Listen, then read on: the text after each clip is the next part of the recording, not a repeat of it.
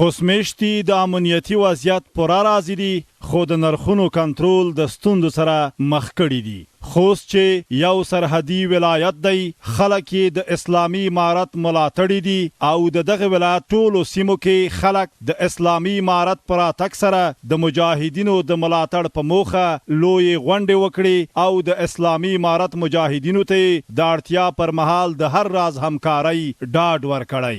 دوی خوښي ښایي چې امنیتي وضع د پخوا په پرتله د ډاډ وړ ده او خلک بغیر د کومې ویرې او تشویش څخه خپل چارې مخ ته وړي. خوست میشتي وایي چې د هیوادنۍ مینې او وطني احساس له امله به د اسلامي امارت مجاهدینو لاسنیوی کوي تر څو په ګډه شته ستونزو ته رسیدنه وشي. د اسلامي امارت د خوست امنیتي مسؤلین هم ولس ته ډاډ ورکوي چې د دغه ولایت خلک ډاډمن امنیت ته ژمن دي. د خوست امنیه قماندان مولوي محبوب شاه قانت وایي چې د هر وخت په پرتله په دغه ولایت کې امنیتي وضع د ډاډ وړ ده. د بیا رغونې او نورو ټولګټو پروژو او د مرستندویه مؤسسو لپاره ښه چاپیریال رامنځته شوی دی. الحمدلله د خوست امنیتي وضعیت توسې هر وخت و شپه ورځ کسې ارزیابي کوئ. د تیرو وختونو په پرتله الحمدلله امنیتي وضعیت د ډاډ او اطمینان زیری موږ کوي. د الله تعالی نه د خپل ځوان دپاره او د ټولو مجاهدینو لپاره نصرت امداد غواړو چې الله جل شانه موږ ته توفیق وکړي چې د خپلو خوست میشتو ولسونو کاملا خدمت وکړو او د دې روزمره زندګۍ ته موږ یو ډاډمنه فضا او د امنیت نه ډکه فضا برابره کړو. دغه راز خوست امنیه قماندان د ولسونو د پراخې همکارۍ خوښ دی او غوښتنه لري چې د تیر په څیر د اسلامي امارت د مجاهدینو سره همکاري وکړي تر څو په خپل وخت د ناوړه او غیر قانوني کړنو مخه نیول شوې وي. دا چې د امنیت لپاره په یوه منطقه کې په یو ولایت کې دوه اړخونه وي، یو نظام وي او په بل طرف ته یې ولس وي. د نظام په سیوره کې موږ قرار لرو. الحمدلله توسې د موږ کوششونه او د موږ خدمات هغه لیدله ده. حتی اوسه مو خپل کوشش کړی دی چې د توسې هغه امن موږ وساتو. په دویم پړاو کې توسې قرار لرئ محترم قومونه او ولسونه. د توسې نه یې موږ احتراما تمنا او غوښتنه ده چې د خوست ولایت په دغه امر کې توسې موږ سره همکار شي. هر څه چې موږ توسې د خوست ولایت دغه مقدسه خوره دا پوکه خوره په مشترکه توګه د امن او د ډاډ یو کور جوړ کړو. هغه به دا وي چې موږ توسې د اسلامي امارت سره څنګ په څنګ ودرېږو او د اسلامي امارت همکار اوسو. نوموړی په ورته وخت کې د هغو خلکو څخه چې نظامی وسایل او وسایط ورسره وي د اسلامي امارت مجاهدینو ته وسپاري ځکه د ده په خبره چې اوس امن دی. موږ د خوست ولایت د امنیه قماندانۍ طرفه مخکې هم اعلان شوی چې د هر چا سره نظامي وسایل وسایط په کورونو کې په کلیو کې موجود وي، نو په ډېر احترام سره موږ دا غوښتنه ده چې هغه خپلو ارګانونو ته وسپارئ. هر چا سره که د دولت موټر وي سره وي یا د دولت اسلحه وي سره وي. اوس الحمدلله ولسونه اسلحې ته ضرورت نه لري. د دوی امن او د دوی اطمینان دا به د الله جل شانه په نصرت د اسلامي امارات منصوبین هغه په غوړه لري. شپه ورځ موږ یې وکړي دو دې پوره چې موږ د خوست ولس په ډاډمنه فضا کې خپله زندګي ترسره کړي. په خوست ولایت کې د اسلامي امارت مجاهدین چې په لویو لارو او ښار کې د خلکو لپاره امنیت نیولی وایي چې دوی د خلکو لپاره د همیشه لپاره خدمت کوي او ستونزو ته به یې په وخت رسیدنه کوي. الحمدلله چې اسلامي امارت دلته غوری دی او ټول خوست کې بیا خصوصا په تنه کې امنیت سم تامین شوی دی. الحمدلله موږ سره ټول خلک همکارون دي، خلک ته موږ د زړه د خلوصه خدمت کوي. الحمدلله دغه چې حالات د ښه کنټرول شوي دي او خلک موږ سره ډېر همکاري کوي او موږ هم خلکو ته دا ډاډ او اطمینان ورکوو چې په شپه ورځ به ستاسو په خدمت کې حاضر یو. څه ټیم کې کوم وخت کې وي په موږ باندې چې دا خلک کوم امر وکړي موږ یې ځان لپاره امر واجب وي په هر وخت کې. نو که د شپې وي که د ورځې موږ به خلکو ته رسیدګي کوو نو هغه د خلکو د امن په باره کې. خو د دې ترڅنګ چې د دغه ولایت خلک د امنیتي وضعیت څخه بشپړ راضي دي خو د هیواد د نورو ولایتونو په څیر د لوړو نرخونو څخه په تنګ راغلي. دوی د اسلامي امارت د چارواکو غوښتنه کوي چې د نرخونو په کنټرول کې خپلې هڅې ګړندۍ کړي ترڅو خلک په یاده برخه کې د شته ستونزو وژغورل شي. دوی زیاتوي چې اکثره خلک بې روزګاره شوي چې د اقتصادي ستونزو سره مخ دي. که چیرې نرخونه کنټرول نشي عام خلک به نور هم د ستونزو سره مخ شي.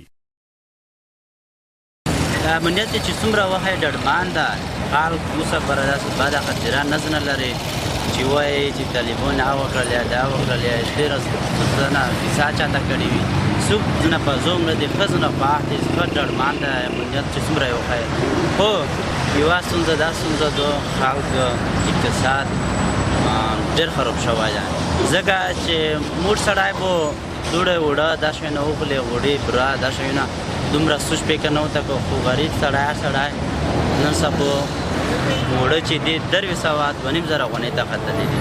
موږ امارت اسلامي افغانستان چې دی امارت خلک اینه دا غوښتنه کوو چې باید دغه کنټرول کړي. د طالبان نه موږ ښه خوښ کړي اسلامي امارت نه نوره مرتقی ورکې شوې امن راغلو خو صرف اقتصاد کمزوره ده ډېر زیاتو.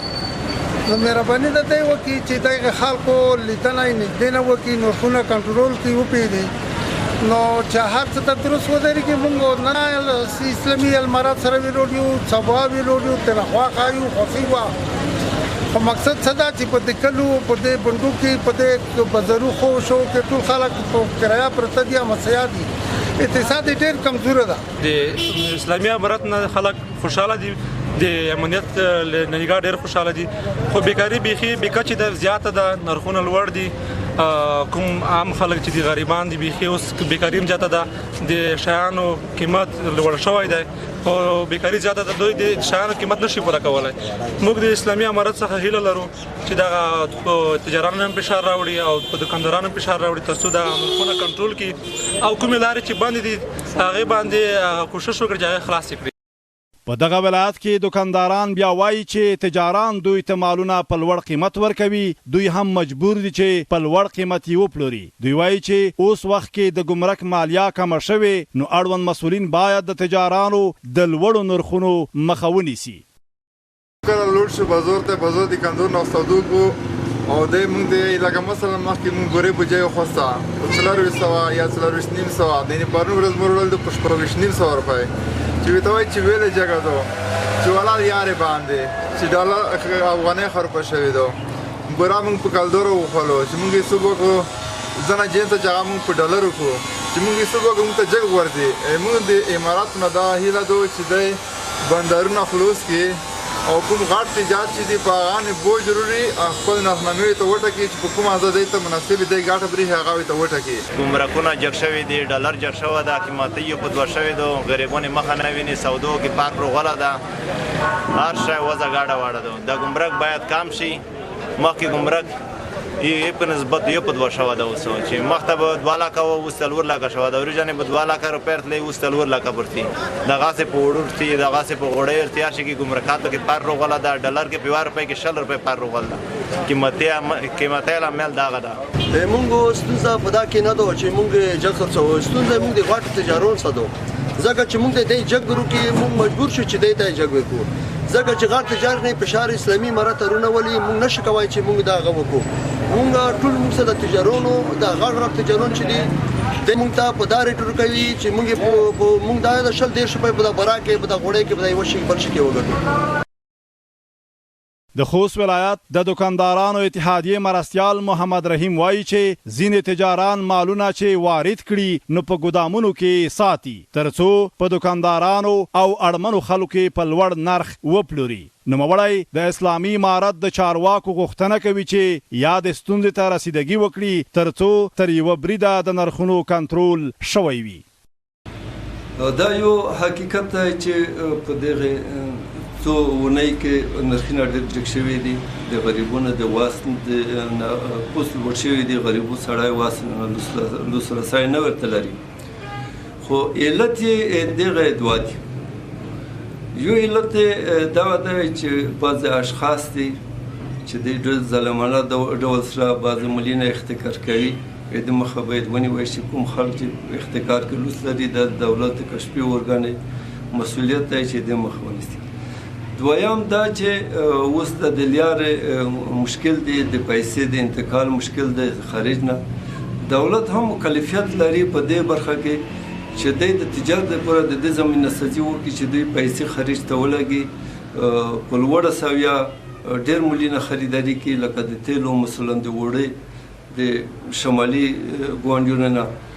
نو دغه دپاره که د بانک سیستم نه وي نو باید د حوالې سیستم یا مثلا لوس پولوس د پیسې چې هر قسم وي نظام باید د دغه مخه زمینه سازي وکړي چې تجارت لپاره دا هغه شي زمینه سازي وشي چې د مالونه هغه کې وارد کړي د ملک لپاره.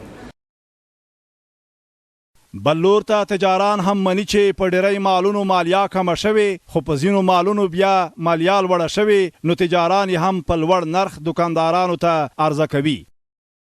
دې کې شک نشته چې په ګمرک کې کمای نه دی راغلی، خو په ځینو شي کې کمای راغلی او په ځینو کې بیا بیرته زیاتای راغلی.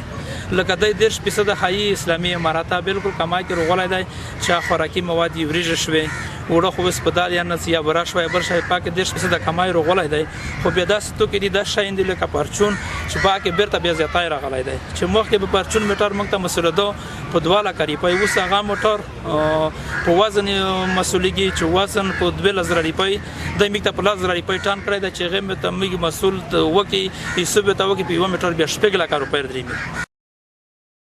د اسلامي امارت چارواکي بیا ډیر ژر د نرخونو د کنټرول ډاډ ورکوي. د خوست ولایت مقام ویاند وایي چې د پخوا په پرتله تجارت پراختیا موندلې او ګمرک کې مالیا کمه شوې. دوی هڅه کوي چې تجارانو ته نور هم وړ سهولتونه برابر کړي او نرخونه هم کنټرول شي ترڅو په یاده برخه کې خلکو ته اسانتیاوي رامنځته شي. تجارت خو د پخوانه ډیر ښه شوی دی. مخته تاسو دلته لیدل چې په لسګونو موټر تلل او د ګمرکاتو ته اوس په سلګونو باندې رسي او په ګمرکاتو کې هم د پخوانه اصلاح شوی دو. تاسو وینئ چې مخکې په یو کنټینر باندې او زیات غرتله ګمرک تللو لکه په یو کنټینر باندې 40 لک تللو 6 لک ته راغلی دی.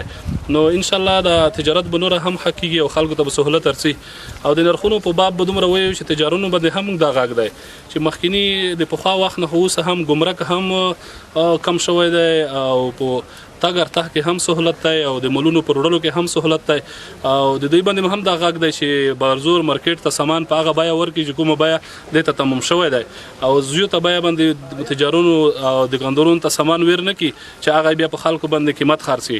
او د نرخونو په باره دومره وایم چې هرولي او د موږ رهبري په دې باندې لګیا دي چې دی به یوه نرخنامه یوه لایحه جوړه کړي هغه به بازار ته وښیي. انشاءالله ټول دکاندارونو باندې عمل کړي عوامو دپاره په نرخونو کې بیخي سهولت روشي. د یادولو ده چې د تیرو 2 میاشتو راهیسې د افغانستان په ټولو ولایتونو کې د خوراکي توکو ترڅنګ د ګازو او تیلو نرخونه لوړ شوي چې خلک یې د اسلامي امارت چارواکو څخه د کنټرول غوښتنه کوي او د سختو اقتصادي ستونزو سره مخ شوي دي.